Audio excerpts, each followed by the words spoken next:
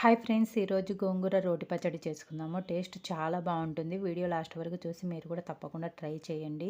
వేడి వేడి అన్నంలో తింటే అస్సలు మర్చిపోరు. సో దీనికోసం ఫస్ట్ గోంగూరను 2 టైమ్స్ బాగా కడిగి ఆనియన్స్ అండ్ పచ్చిమిర్చి మీ కారాన్ని తగినట్టు తీసుకోవాలి.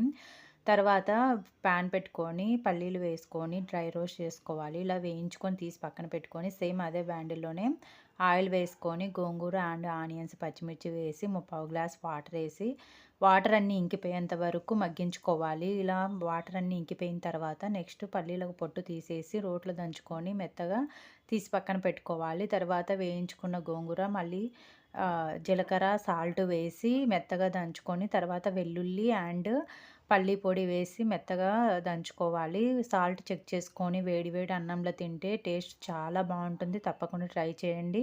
మీకు ఈ వీడియో నచ్చినట్టయితే లైక్ చేసి ఇలాంటి మంచి మంచి వీడియోల కోసం మన ఉస్తా కిచెన్ ఛానల్ని సబ్స్క్రైబ్ చేసుకోండి ఫ్రెండ్స్.